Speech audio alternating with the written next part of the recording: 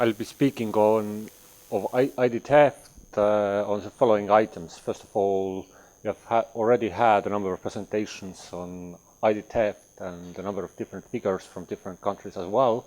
But what we found in this project was that actually this earlier data that is available is actually rather scattered, and it's difficult to compare and get a comprehensive view of how many people there are actually falling victim of ID theft in different European countries and in the US as well.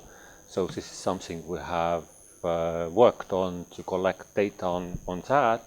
Also, we are interested in knowing if and in what ways people change their behavior if they have fallen victim of ID theft. And on top of that, if knowing how or what for people use their identity documents, such as ID card, if knowing that helps actually to tackle ID theft, if there is some sort of a relationship between what people use their documents for and if they fall victim of ID theft. So that's what we have been working on, and this is the result. We have a data set on 6 European countries plus the US, a bit more than 400 respondents from each of those countries, and this is basically what the results look like. Over the last 3 years, 36 months, roughly 25–30% of the population in Austria, Germany, Spain, France, Italy, UK and the US has fallen victim of ID theft. Roughly half of them, something like 12–14%, have actually fallen victim of theft, ID theft within the last 1 year. So one could say that it's a recurring sort of phenomena, and many people actually fall victim of ID theft.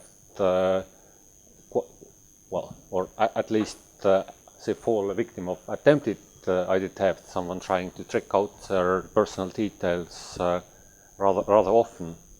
What is more, there is also a quite large share of respondents who say that they have experienced multiple types of identity theft within this 1 year period. This is the red part of the bars on the chart over here. What is more, clearly internet, the black part of the bars on the chart, is a major concern, and what's happening in internet is just is a misuse of personal email accounts and different social media accounts such as Facebook or Twitter or so on. Also, credit cards continue to be a major issue, especially in the US, but also in Europe. Happily enough, majority of those cases are sort of disclosed fairly rapidly. People discover the misuse or attempted misuse. 70% of the people discover it within 1 week, so that's quite fast. Half of them discover it actually within 1 day. Where the data leaks out is typically, this is what people themselves think, how their personal data got out of control, so to say. Personally, it's mostly about someone hacking into computer or something strange happening in their computer. It's about responding to fraudulent emails or phone calls, but then also credit card payments, either offline or online, are a major issue. Now, how big is the issue then?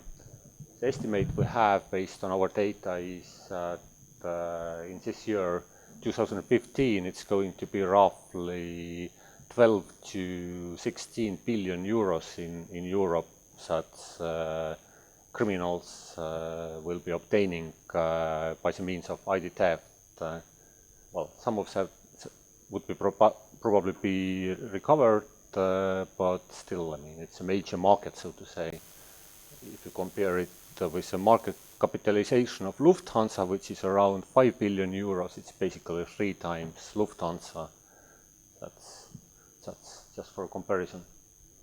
And the estimate we have for the US is something like 7 to 9 billion euros this year will be the market size, so to say, for ID theft. So it actually is quite a big issue. And also the value obtained by the thieves varies very significantly across different cases. We have lots of cases where it's about very small amounts, less than 10 euros, but we have also cases that are up to tens of thousands of euros. So that's what the figures say, that the average is something like 1,000 euros, while the median is something like 500 euros. So it varies really a lot between different cases. How long it takes to actually resolve the issue? Also, happily enough, for the majority of cases, it's resolvable fairly quickly. For 70% of cases across different countries, we see that it got resolved within 1 week. But we also see that there is a small share of cases where actually fully resolving it takes a long period of time, half a year, 1 year, something like that, even more. And those tend to be also the cases that are the most stressful for the victims, but also often the financially most costly to actually resolve it and sort of recover their own reputation and the financial losses. Now, do the victims actually report to the police on identity theft? What we see here is actually that the most frequent cases, those that are happening on internet or those involving banks and credit card companies, actually seem to be the less likely to be reported to the police. Banks and credit card companies, well, some of those cases are just reported by the banks themselves, not by the victims, or the victims just get repaid by the bank, and that's more or less where the case stops. But the situation in the internet is clearly especially worrisome because there seems to be a vast majority of cases that are actually never reported to the police, and obviously those people don't get any help from the authorities either.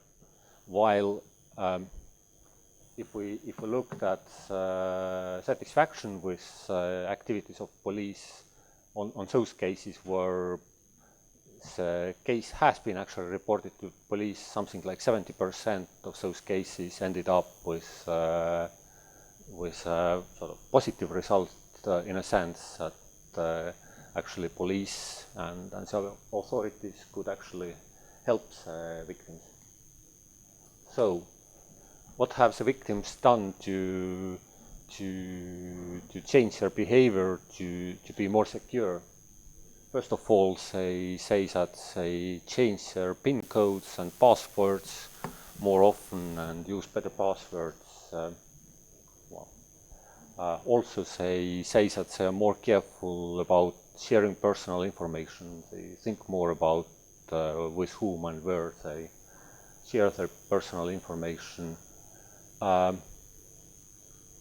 Mobiles continue to be a major area of problem because all sort of mobile devices continue to be are increasingly used for accessing all sort of secure services, including banks and everything else. But as to public perception, people seem to think that those mobile devices are not really that much of risk items, and they don't use any specific security software for protecting themselves, their mobile telephones. So that's clearly one of the problem areas.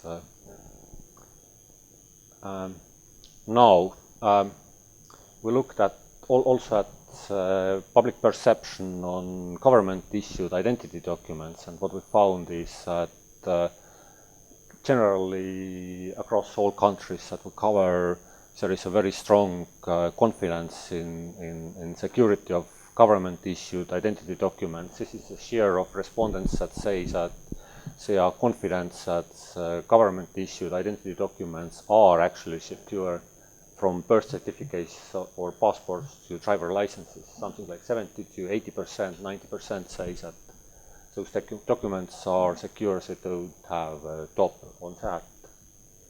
And it doesn't really change, it doesn't really matter if a person responding to this question has fallen a victim of identity theft or not. They are still fairly confident about government-issued identity documents.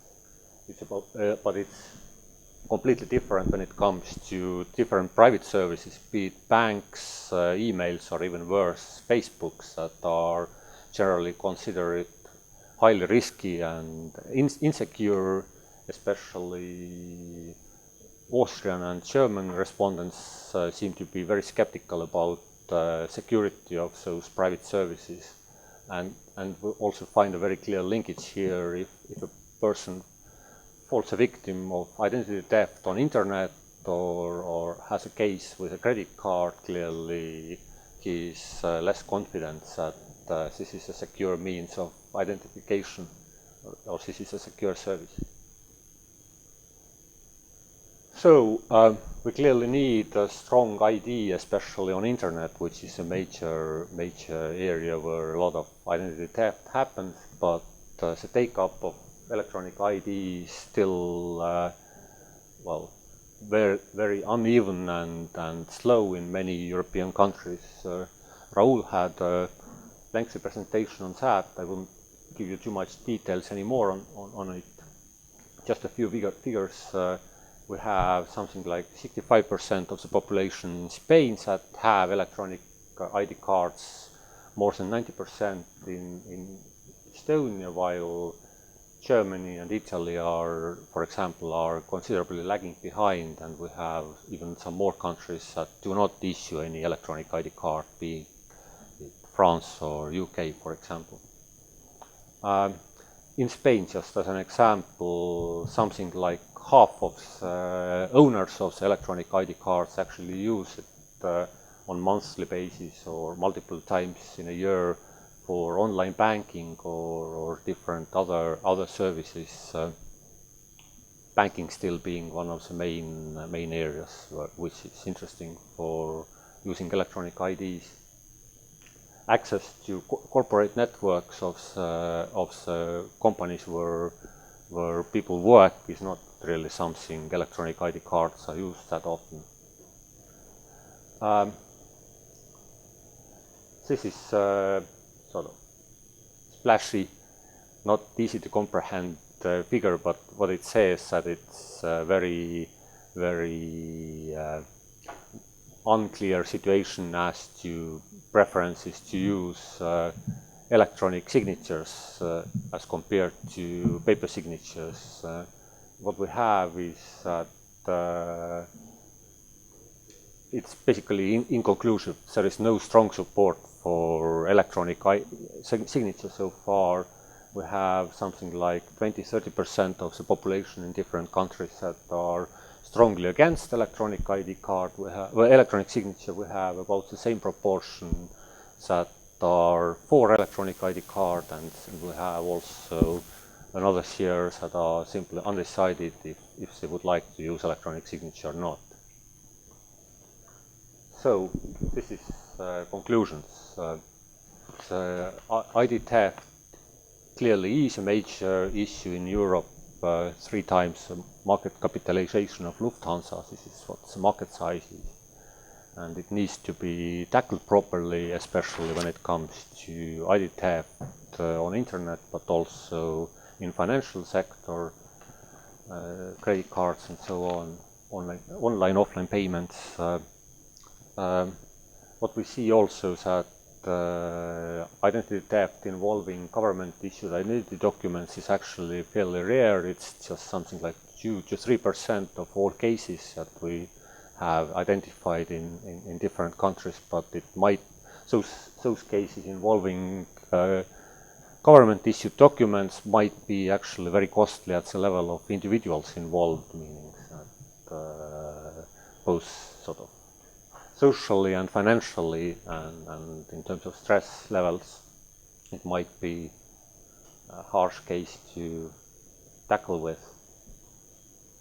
Well, and finally, clearly, ease of use and trust in government in general is something that is very much needed when we think of electronic ID cards or electronic authentication on internet that could be widespread and easily taken up.